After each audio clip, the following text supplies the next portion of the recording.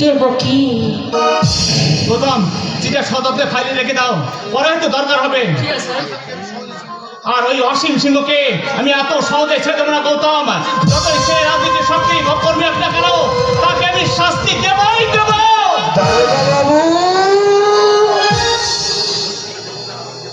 ধর্ষিতা দেবকীর আসল অপরাধীকে সে প্রমাণ তো পেলেন দারোগা বাবু, কিন্তু আমায় যে পঙ্গু করলে তার বিচার কি করবে রাজা?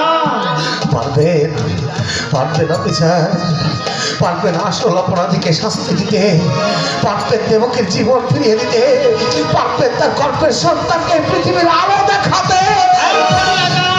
দুঃখ প্রকাশ করলেই কি সব সমস্যার সমাধান হয়ে যায়? আপনার ভুলে নিভে গেল দেবকীর জীবন, আপনার ভুলে কাল সংবাদপত্রে লেখা হবে রাজা মাস্তান সে ধর্ষণকারী। আপনারা বলুন, একটা মানুষ অপরাধ করলে সাজা পায়, আর আপনি যে এত বড় ভুল করলে এর কি শাস্তি হবে দারোগা বাবু? রাজা, সত্যি স্যার, আপনার এই হঠকারিতার জন্য আজ যা ঘটে গেল।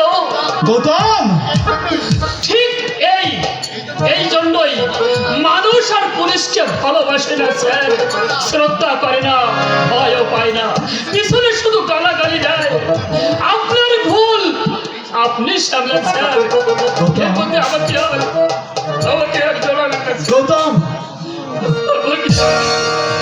গৌতম, গৌতম। রাজা বলুন। পুরো ফোনের কথায় বিশ্বাস করে একটা সামনের রিপোর্টের ভিত্তিতে আমি যা করেছি তা ভুল, আর স্বীকার করতে আমার লজ্জা নেই। তোমার জীবন কেন নষ্ট করলেন দারোগা বাবু? কেন নষ্ট করলেন এক দুঃখিনী মায়ের একমাত্র সন্তানের জীবন? আপনি তো জনগণের সুখ সুবিধার প্রতিনিধি, আপনি তো শিক্ষিত, আপনার হাতে তো আইন আছে। সে আইনকে সামনে রেখে কেন পিছন থেকে ঘুষ নিয়ে পকেটে ভরাচ্ছেন? কেন কাজের নামে অকাজ করছেন? কেন সমাজ প্রযোজনের কথায় উঠছেন আর বসছেন? কেন তাদের কাছ থেকে 500 নিয়ে পকেটে ভরাচ্ছেন? রাজারা দোষ করলে সাজা পায়, আর আপনারা দোষ করলে কোনো সাজা পান না কেন? বলুন, জবাব দিন। কেন আপনাদের ব্যারাকে মহিলা কয়েদিরা ধর্ষিতা হয়? বলুন, জবাব দিন। মাস করে মাইনে দিচ্ছেন, অথচ রাজনৈতিকদের কথায় উঠছেন আর বসছেন কেন?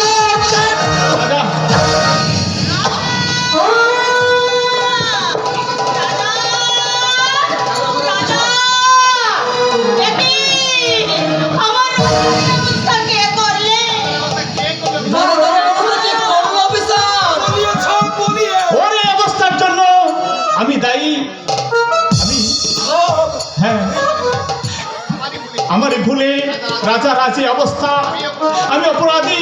তোমরা জনগণ, তোমরা আমার বিচার করো। বিচার করবো, আমি তোমার বিচার করবো। তুমি যেমন করে আমার মুখ থেকে আমার রাজাকে কেড়ে নিয়েছো, তেমনি তোমার বাবার মুখ থেকে আমি তোমাকে কেড়ে নেব। তারপর আমি ফাঁসির দড়িতে যাবো। উত্তেজনা আইনকে নিচে তুলে নেবেন না মাসিমা। ও আমার রাজা, এখনো চিন্তা হচ্ছে ও জান বাঁচাতে হবে। রতন বেটা বলুন, গাড়ি ফেরাও, চালিয়ে দিতে হবে। না, ও এখন আসামি, তাই ও সেবার ভার আমরা নেবো, ওকে আমরা হাসপাতালে পৌঁছে দেবো। কিন্তু অফিসার, রাজাদা না বাঁচলে সাথী বৌদিকে যে বাঁচানো যাবে না অফিসার। সাথী কেমন আছে? ভালো নেই, শুধু বেঁচে আছে। বেঁচে যখন আছে তাকে আমি সুস্থ করে তুলবো, তার আগে বাঁচাতে হবে রাজাকে। গৌতম, তুমি গাড়ি রেডি করো, এক্ষুনি রাজাকে হাসপাতালে নিয়ে যেতে হবে। তোমরা আমার রাজাকে নিয়ে যেও না, তোমরা খুনি। আমার রাজাকে তোমরা শেষ করে ফেলেছো। তোমার হাসপাতালে দেওয়ার নাম করে একেবারেই মেরে ফেলবে। না মা, ওকে ওকে ওকে আমি মারবো না, ওকে আমি বাঁচাবো। ও যদি মারা যায় তাহলে আমার স্নেহ মন সাথী যে বাঁচবে না। তোমরা তোমরা আমাকে সাহায্য করো রতন, তোমরা আমাকে সাহায্য করো।